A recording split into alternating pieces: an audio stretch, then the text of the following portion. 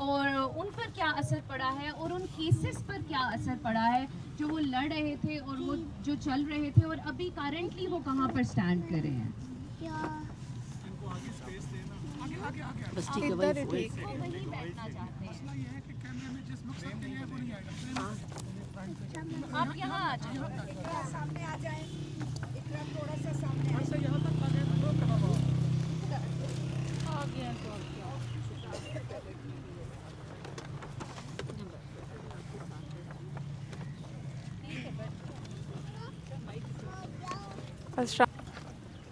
یہ بہت دکھ کی بات ہے، وہ جس چیز سے، جس تکلیف سے یہ فیملیز گزر رہی ہیں اس کا ہمیں اندازہ بھی نہیں ہے. اور ایک ایسے ملک میں جہاں پہ اس قسم کے کیسز لڑنے کے وکلاء پہلے ہی بہت کم تھے، اور جو 2 لوگ لڑ رہے تھے ان کو بھی آپ نے اریسٹ کر دیا ہے، تو امید جو ہے وہ کہیں نہ کہیں مزید ٹوٹ جاتی ہے ان فیملیز کی جو کہ اتنے عرصے سے لڑ رہی ہیں یہ کیسز یا ان کی وکٹمز بنی ہیں. اب میں درخواست کروں گی ڈاکٹر بشیر سے کہ وہ اپنی رائے کا اظہار کریں اور چند ڈیمانڈز جو ہم نے رکھی ہیں ان کو حلیمہ کے پاس نام ہے.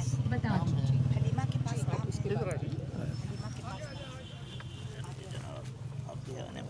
ہے.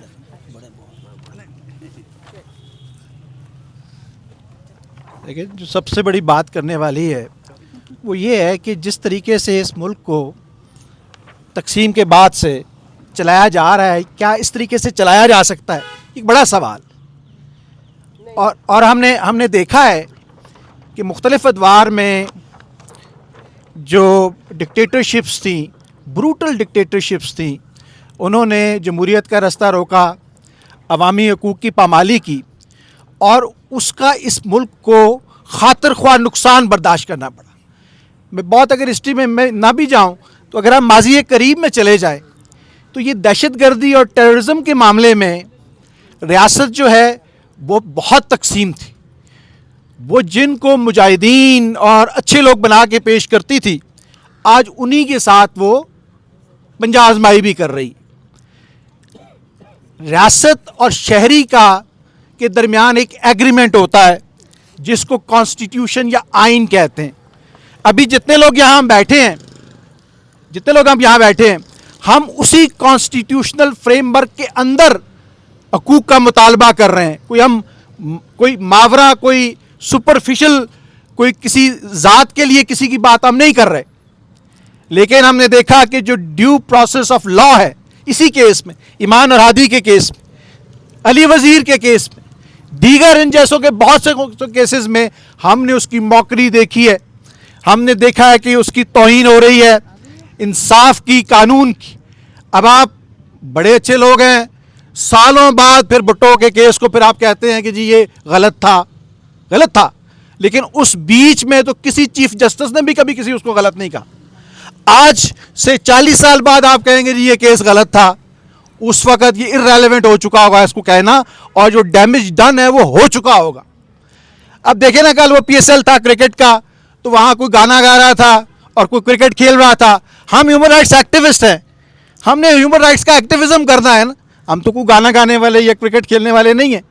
اب ہمیں اپنے کام سے روکنے کا کیا مطلب ہے کہ جہاں جو ناانصافی کے خلاف ہم کھڑے ہوتے ہیں، اپنی بات کر رکھتے ہیں اور چاہتے ہیں کہ اس معاشرے کی، اس ملک کی فلاح و بہتری ہو، مساوات قائم ہو، لوگوں کو معاشی حقوق ملیں، سیاسی حقوق ملیں، قومی حقوق ملیں، ان پر پھر یہ آپ اس طرح کی کرغنے لگائیں ان کے اوپر. مطالبہ، کسی نے کہا کہ مطالبات رکھے جائیں. مطالبات ہمارے بہت کلیئر ہے جناب والا. اگر آپ ڈیو پروسیس آف لا کو کنڈکٹ کرتے ہیں اس کیس میں تو یہ کیس باقی نہیں رہتا. یہی میں کہہ سکتا ہوں. بہت شکریہ. بہت شکریہ ڈاکٹر بشیر صاحب. اسی کے ساتھ میں آگے بڑھوں گی، اور جیسے ہم نے پہلے ایک وکٹم کے جو ریپریزنٹیٹیوز تھے ان سے بات کی. ابھی میں درخواست دوں گی رانا شہباز صاحب کو جو کہ انجمن ریڑھی بان کے صدر ہیں کہ وہ پلیز آگے آ جائیے سر. ہاں جی آ رہے ہیں بات وہی ہے کہ کس طرح کے کیسز کہاں سٹینڈ کر رہے ہیں اور جو خلا ایک پیدا ہو گیا ہے جو ریپریزنٹیٹیو کی کورٹ میں کمی ہو گئی ہے تو یہ اس کے ساتھ کس طرح سے ڈیل کر رہے ہیں. بہت شکریہ. سب سے پہلے تو تمام دوستوں کا ماؤں بہنوں کا شکریہ کہ وہ آج جس کاز کے لیے جن لوگوں کے لیے اکٹھے ہوئے ہیں وہ کوئی خالی 2 لوگ نہیں تھے, وہ لاکھوں لوگوں کی امید تھے اور لاکھوں ہزاروں لوگوں کے کیسز ابھی بھی وہ لڑ رہے ہیں. بلکہ جو ریڑھی بان ہیں ان کے تقریباً اسلام آباد کے اندر 20,000 کے قریب ریڑھی بان کام کر رہے ہیں اور 50 جو تنظیمیں نمائندہ تنظیموں کے عہدیدار ہیں ان کے کیسز اسلام آباد ہائی کورٹ میں لگے ہوئے ہیں اور جن کے کیسز وہ لڑ رہے تھے اسٹے آرڈر ملا ہوا تھا. اس کے باوجود سی ڈی اے اور ایم سی آئی بار بار ہراساں کرتی تھی تو ہم ایسے جا کے بتاتے تھے جیسے ہماری اپنی بہن ہے. تو ہم وکیلوں کے طور پہ نہیں جاتے تھے, سیدھا ان کے گھر چلے جاتے تھے کہ ہمیں فلاں سی ڈی اے والے فلاں پولیس والے تنگ کر رہے ہیں اور وہ ساتھ چلی جاتی تھی. کئی دفعہ اس طرح ہوتا تھا ریڑھی والوں کو اٹھا کر تھانہ میں شفٹ کر دیا جاتا تھا. کبھی رمنا تھانے سے وہ چھڑا کر لاتی تھی, کبھی تھانہ سبزی منڈی سے وہ چھڑا کر لاتی تھی. تو کبھی ہمیں اس طرح فیل نہیں ہوا کہ کوئی اور لوگ ہیں. تو جو ان کے اوپر کیسز بنائے گئے ہیں میں ان جو ٹرائل کورٹ میں بھی میں جاتا رہا ہوں, بالکل ایک بھونڈا اور ایک گھٹیا قسم کا کیس ہے, بالکل جو بنتا ہی نہیں ہے. تو میری آپ سب سے گزارش ہے کہ جتنی بھی ہم لوگ یہاں پہ اکٹھے ہوئے ہیں انسانی حقوق کی جو تنظیمیں ہیں سب مل کر ہمیں وقتاً فوقتاً ہر ہفتے بعد اس طرح کے پروگرام کرنے چاہیے. اور اس کے بعد میں مذمت کرتا ہوں پریس کلب میں کہ جو ہمارا پروگرام اندر ہونا تھا وہ باہر سڑک پہ ہو رہا ہے. میرا خیال سے یہ اس سے زیادہ افیکٹو ہے. تو میں تمام لوگوں کا شکریہ ادا کرتا ہوں جو یہاں پہ آئے. اور ریڑھی بان خاص کر جو وکٹمز ہیں ان میں ایک بزرگ ہیں محمد اسلم جو 70 سال کے بزرگ جن کو پہلے بھی اٹھا کے لے کے گئے تھے اور ان کو میڈم ایمان آئی تھی رات کے 2:30 بجے تھانہ سبزی منڈی سے ان کو چھڑا کر لائی تھی. ابھی کچھ دن پہلے اس بیچارے کی ریڑھی توڑ دی گئی اور وہ کل سے بالکل بے روزگار ہے. تو یہ اس طرح کی جو سیاسی انتقامی کارروائیاں ہیں وہ نہیں ہونی چاہیے اور جو مذمتی آواز ہے اس کو نہیں روکنا چاہیے. شکریہ. بہت شکریہ رانا شہباز صاحب. اب میں درخواست دوں گی سرفراز اللہ بابر صاحب کو کہ وہ بات کریں. میں سب سے پہلے تو اپنے میڈیا کے دوستوں کو ویلکم کرتا ہوں, آپ کا شکریہ ادا کرتا ہوں. یہ پریس کانفرنس اندر ہونی تھی لیکن جگہ آج نہیں تھی اور آج پریس کلب زیادہ مصروف تھا تو ہم کو پھر یہاں یہ پریس سے بات کرنی پڑی. میں آپ کا شکر گزار ہیں. میں 2 باتیں کرنا چاہتا ہوں. ایک تو یہ ہے کہ ایمان اور ہادی اور اس کے علاوہ دوسرے جتنے بھی بنیادی انسانی حقوق کے ڈیفینڈرز ہیں ان کے بارے میں جو مقدمات ہیں میں صرف یہ کہوں گا کہ انصاف نہ صرف کیا جائے بلکہ انصاف ہوتا ہوا نظر بھی آئے.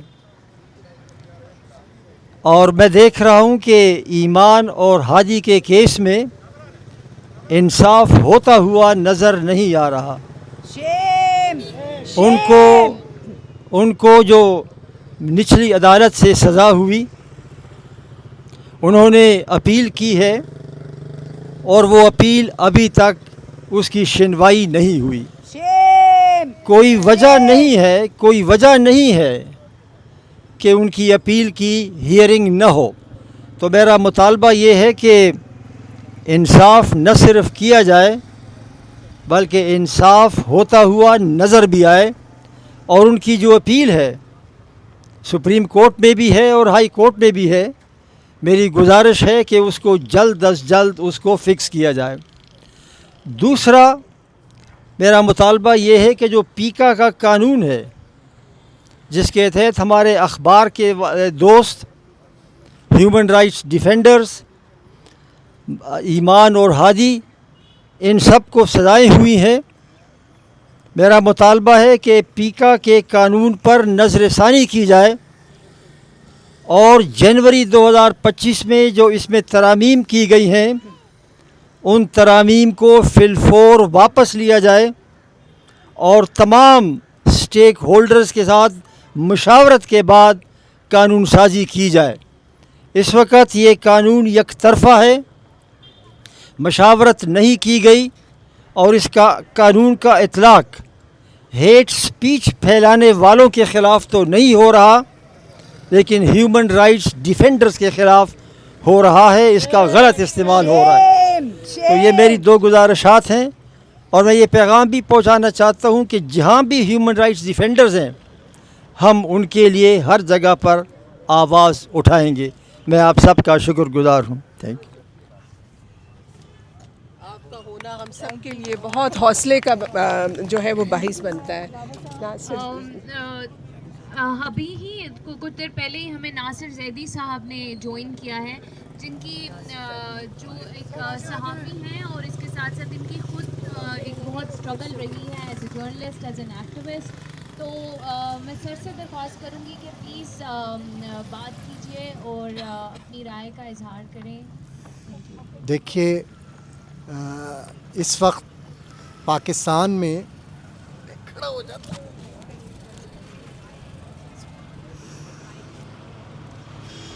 فرحت اللہ بابر صاحب نے بات کی ہے. کتنی افسوس کی بات ہے کہ پاکستان میں اب پریس کانفرنس جو ہے وہ سڑکوں پہ اور فٹ پاتھ پہ ہوں گی اور جو سمبل آف فریڈم ہوا کرتے تھے پریس کلبز, وہاں پہ کس وجہ سے, کون سے پریشرز کی وجہ سے آپ کو پریس کانفرنس کی اجازت نہیں ملی. میں کنڈیم کرتا ہوں اس صورتحال میں, اور یہ صرف ایک پریس کلب کی بات نہیں ہے, نیشنل پریس کلب کی بات نہیں ہے. اب پاکستان کے تمام پریس کلبز میں جو ہے وہ اتنا زیادہ کنٹرول, جس طرح سے ہائیبریڈ رجیم ہر جگہ ہے اسی طرح سے اب ہائیبریڈ رجیم کا ڈومین جو ہے وہ یہ فریڈم آف ایکسپریشن کے جو سمبلز تھے وہاں تک آ گیا ہے. جہاں تک ایمان مزاری اور ہادی علی چٹھا, بڑی شرمناک بات ہے کہ ایک طرف آپ ڈیموکریٹک فساد ہے ملک کے اندر, جمہوریت کا سمبل بنے ہوئے ہیں, عدالتیں ہیں, لیکن وہی عدالتیں اور وہی جمہوریت کا فساد جو ہے وہ دو انڈیویجولز کو, جنہوں نے ہمیشہ فریڈم کی بات کی, جنہوں نے آپریسڈ لوگوں کے لیے سڑکوں پہ اس نے جدوجہد کی, ایسی شخصیات کو جو ہے وہ مسلسل غیر ظالمانہ انداز میں جو ہے آپ جیلوں میں رکھیں اور انہیں وہ سہولت بھی فراہم نہ کریں جو آئین نے ان کو دی ہے کہ وہ عدالتوں کے ذریعے اپنا کیس فائٹ کر سکتے ہیں. لیکن کیا کیا جائے, آج عدالتیں بھی جو ہے وہ سبجوگیٹ ہو چکی ہیں, عدالتیں بھی جو ہے وہ آمروں کے سائے کے اندر جو ہے پروان چڑھ رہی ہیں. ہم اس صورتحال کو کنڈیم کرتے ہیں اور ہم یہ کہتے ہیں کہ وہ تمام قوانین جو انسانی حقوق اور فریڈم آف ایکسپریشن کو کرٹیل کرتے ہیں ان قوانین کو ختم ہونا چاہیے, اور اب تو ہم یہ بھی کہتے ہیں کہ آئین کے آرٹیکل 19 کا میں جو 19A ہے اس کو بھی ختم ہونا چاہیے، اور یہ ہماری ڈیمانڈ ہونی چاہیے کہ آئین کے اندر سے آرٹیکل 19A کو جو ہے وہ ختم ہونا چاہیے. کہ یہ میں پوری سول سوسائٹی کے ساتھ ہوں، اور ایمان اور ہادی جو ہے وہ جمہوریت کی جنگ لڑ رہے ہیں، ہم ان کے ساتھ ہیں، اور حکومت سے ہم صرف اتنا مطالبہ کرتے ہیں کہ ان کے جو ڈیموکریٹک رائٹ ہیں، ان کا جو انسانی بنیادی حق ہے وہ ان کو دیا جانا چاہیے، انصاف ان کو ملنا چاہیے، اور غیر انسانی غیر قانونی طریقے سے ان کو جس انداز سے جس طرح سے ان کے اوپر کیس بنایا ہے، جس طرح سے انہیں گرفتار کیا ہے، اور جس طرح سے عدالتیں جو رویہ ان کے ساتھ اڈاپٹ کیے ہوئے ہیں، یہ قابل مذمت ہے. ہمیں جتنی بھی مذمت کرنی چاہیے وہ کم ہے. بہت شکریہ ناصر زیدی صاحب. ہمارے ساتھ HRCP کی وائس چیئر منیزہ جہانگیر صاحبہ موجود ہیں، اور میں ان سے درخواست کروں گی کہ وہ آگے اسی بات کو کنٹینیو کریے، اور اپنے آپ جو سٹانس ہے، اپنی جو رائے ہے وہ پلیز میڈیا کے ساتھ اور ہم لوگوں کے ساتھ شیئر کریں. جی بہت شکریہ. اور میں خوش ہوئی آج کے جب ایمان مزاری اور ہادی علی چٹھا کو اریسٹ کیا گیا تھا تو تب صرف 10 لوگ تھے، اور اب ہماری تعداد زیادہ بڑھ گئی ہے. تو اس کا مطلب ہے کہ جدوجہد تیز ہو رہی ہے، اور ایک طرف سے آمریت کے سائے ضرور ہیں اور جبر ہے، مگر دوسری طرف سے سول سوسائٹی ابھی بھی ایک توانا آواز ہے. سب سے پہلے میں یہ کہنا چاہوں گی کہ ہادی علی چٹھا اور ایمان مزاری کے جو اس وقت اریسٹ ہے اس کو ہم آربیٹری ڈیٹینشن کہہ سکتے ہیں، کیونکہ اگر ان کا کیس ابھی تک نہیں لگا قوانین عدالتوں کے سامنے، تو اس کا مطلب یہ ہے کہ ان کو جو ڈیو پروسیس ہے اسے محروم رکھا گیا ہے. تو یہ ایک آربیٹری ڈیٹینشن کے زمرے میں آتا ہے، جو خود پاکستان کا پینل کوڈ اس کے خلاف ہے، پاکستان کا آئین اس کے خلاف ہے، اور جو انٹرنیشنل کووننٹس پاکستان کے جنہوں نے اس کے پر دستخط کیے ہیں اس کے اندر یہ اجازت نہیں دی جاتی کہ آپ کسی کو بھی آربیٹری طور پہ ڈیٹین کر لیں.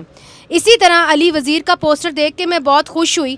اس کی بات بھی بہت کم کی جاتی ہے، مگر اس کے ساتھ بہت زیادتی ہوئی ہے. اس کو 5 مہینے کے لیے اللیگلی ڈیٹین کیا گیا. کیوں؟ چونکہ اس کے خلاف پیکا کے تحت ایک انکوائری کھلی ہوئی تھی. آپ کسی کو بھی پیکا جس کو ہم کالا قانون کہتے ہیں اس کے تحت آپ کسی کو بھی انکوائری کے اندر اریسٹ نہیں کر سکتے. تو اس کالے قانون کی بھی جو استعمال کیا گیا وہ بھی غلط تھا، اور پھر اس کے نتیجے کے اندر انہوں نے یہ فائنڈ کیا کہ جو انکوائری تھی وہ جو الزام اس پہ لگایا تھا وہ بھی غلط تھا. تو پھر وہ 5 مہینے اس کو کس کھاتے میں آپ نے اس کو اریسٹ کیا تھا، اور ان 5 مہینوں کے اندر اس کو ایسی جگہ رکھا گیا جہاں پہ مینٹلی چیلنج لوگ تھے اس کو سزا دینے کے لیے. تو یہ جو ایک حربے استعمال کیے جا رہے ہیں پیکا کے قوانین کو استعمال کر کے اور اینٹی ٹیررزم ایکٹ کو استعمال کر کے لوگوں کو حراست میں لینے کے لیے اور وائسز آف جو کرٹیکل وائسز ہیں ان کو ختم کرنے کے لیے، یہ ایک جمہوری معاشرے کا حصہ نہیں ہے. اس کو ہم کنڈیم کرتے ہیں، اور جرنلسٹ باڈیز کا اس کے اوپر اتفاق ہے کئی جگہوں کے اوپر کہ پیکا کے قانون کو آپ مکمل طور پہ رپیل کریں، اس پہ نظر ثانی نہ کریں، آپ اس کو رپیل کریں. اور یہ ہماری ایک ڈیمانڈ ہے گورنمنٹ کے ساتھ، اور آپ کا وعدہ ہے. یہ میں وزیر اعظم شہباز شریف صاحب کو یاد دلانا چاہتی ہوں کہ انہوں نے ہم سے یہ وعدہ کیا تھا کہ جب وہ حکومت میں آئیں گے وہ ایسے سارے قوانین جو اینٹی ہیومن رائٹس ہیں، اینٹی میڈیا ہے، ان کے اوپر نظر ثانی کریں گے. ہم انتظار کر رہے ہیں، اور ہم آپ کے جو وعدہ ہے اس کو پورا کرنے کا ہم انتظار کر رہے ہیں، اور ہم انشاءاللہ لڑتے رہیں گے. اور جو یہ لوگ جیل میں گئے ہیں وہ انشاءاللہ سرخرو ہوں گے. ہمیں امید ہے، ابھی بھی ہمیں عدالتوں سے امید ہے، مگر ہمیں آپ سے یہ درخواست ہے کہ جو وعدے آپ نے کیے ہیں وہ آپ نبھائیں، اور جو جرنلسٹ باڈیز ہیں اس پہ ڈٹی رہیں کہ جو پیکا کا قانون ہے اس کو آپ امپروو نہ کریں، اس کو مہربانی کر کے آپ ختم کریں. بہت شکریہ منیزہ، آپ نے بات کی.